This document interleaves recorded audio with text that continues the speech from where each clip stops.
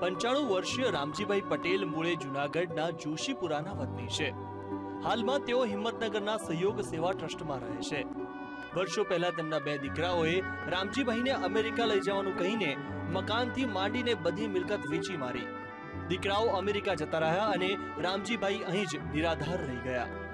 રામજીભાઈને અકસ્માત થતા હાલમાં તેઓ રાજેન્દ્રનગરના સહયોગ ટ્રસ્ટમાં દુઃખના દિવસો પસાર કરી રહ્યા છે। પછી એને અમેરિકાની છોકરીઓ એને પરણાવ્યા, પહેલા પછી 15 દિવસ પછી અમેરિકા ગયા છે। અમેરિકા જઈને 3 વખત આવ્યા, ત્રીજી વખત આવ્યા, જમીન મકાન 18 લાખ બેંકમાં હતા, 75 લાખ ઘરમાં હતા। ઘર વખતે બધું વેચી અને કે તમારી બીજા આવી ગયા, હાલો અમેરિકા।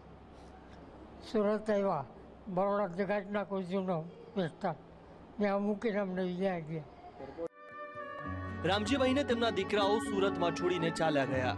ત્યાર પછી તેમની પત્નીએ સુરતમાં જ દેહ છોડ્યો। નિરાધાર રામજીભાઈએ ગુજરાતના વિવિધ શહેરોમાં ફરીને અહીં આશરો મેળવ્યો છે। સેવાભાવી ઇન્દિરાબહેન સોની રામજીભાઈની સગાભાઈની જેમ સેવા કરી રહ્યા છે। સુરતમાં કામ પતાવવા જઈએ છીએ અને કહીને ગયા, રાત સુધી તે લોકો આવ્યા નહીં અને આ લોકો ફૂટપાથ ઉપર બેસી રહ્યા, આખી રાત બેસી રહ્યા। ત્યાર પછી થયું એમને કે આ કેમ, શું થયું હશે આ લોકોને।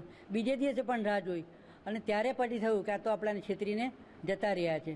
બધી મિલકત લઈને જતા રહ્યા, 2 દીકરીઓ, બે વહુઓ, 2 દીકરા અને બધા જ। આજે અહીંયા દીકરી, અત્યારે એમને દુઃખ થાય છે કે મારી જો એક દીકરી હોત તો મારા પ્રસંગ આવો જોવો ના પડ્યો હોત। દીકરીઓ તો લાગણી થાત, આ દીકરાને લાગણી ના થઈ એમને। રામજીભાઈ ગાંધીજીની દાંડી કૂચમાં પણ જોડાયા હતા। હાલમાં તેઓ ભગવાનને એવી પ્રાર્થના કરી રહ્યા છે કે તેમને દીકરા કરતા એકાદ દીકરી દીધી હોત તો આવા કપરા દિવસો જોવાનો વારો ન આવત। નિલેશ સથવારા, વીટીવી, હિંમતનગર।